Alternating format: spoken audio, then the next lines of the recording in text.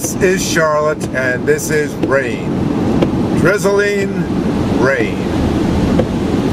NASCAR finally had to call a halt to everything, and now we're going to set the field based on points for the 8th time this year. 8 times this year, qualifying has been rained out. Probably just as well, because qualifying is the most boring part of this sport, other than traffic jams. And there doesn't appear to be a traffic jam here today. Charlotte Motor Speedway, Charlotte's Lowe's Motor Speedway. Jimmy Johnson and Carl Edwards will be on the front row for Saturday night 7:30 p.m. start. And we've got a little controversy. What's NASCAR without some controversy? And that car tomorrow has taken most of it away, it seems like. You never hear about Ford versus Chevrolet. And boy, I'm glad to be through that traffic. I tell you, that's one of the worst things about NASCAR racing is traffic. And traffic in the rain, that doesn't get it either. Charlotte's Lowe's Motor Speedway, Jimmy Johnson, Carl Edwards. The top 12 in points will be the top 12 in the field for the start of Saturday night's Bank of America 500. Me? Might put a little money on Jeff Gordon. No, I'm just kidding. This hasn't been Jeff Gordon's year, and it really doesn't look like Jeff Gordon's week either.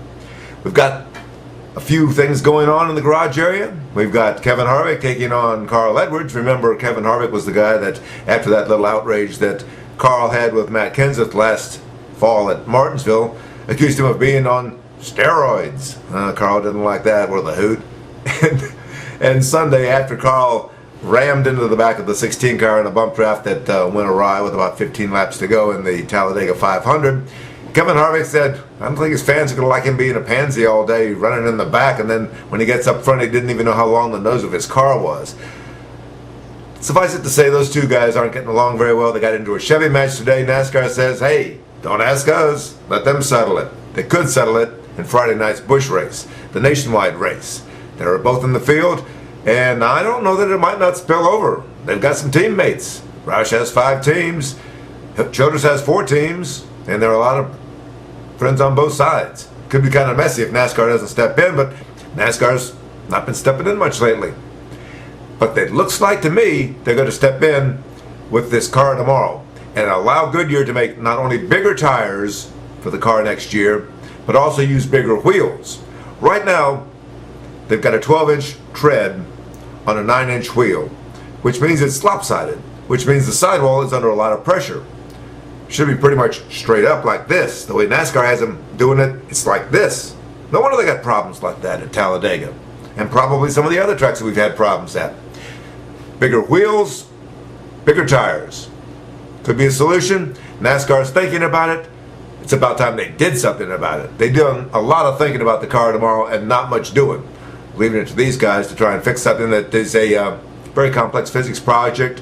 And some teams are saying they spent as much as $20 million this year, $20 million this year, trying to get this car tomorrow through the engineering and computer analysis that it takes to make it work. That boggles the mind. We're running out of teams. Teams are going bankrupt. Teams are going belly up. And NASCAR keeps shoving the car tomorrow down everybody's throat like it's the greatest thing since sliced bread. Sorry, it needs some major work. This is October. We've still got Jeff Gordon and Matt Kenseth, 2 pretty darn good drivers. In fact, I think they've won a couple of championships who haven't won this year. Car tomorrow needs work. NASCAR needs to get with it. The championship race, 72 points doesn't sound like much. That's the gap that Jimmy Johnson has picked up over Carl Edwards. He's got 77 over Greg Biffle and 99 over Jeff Burton. That doesn't sound like much with 6 races to go.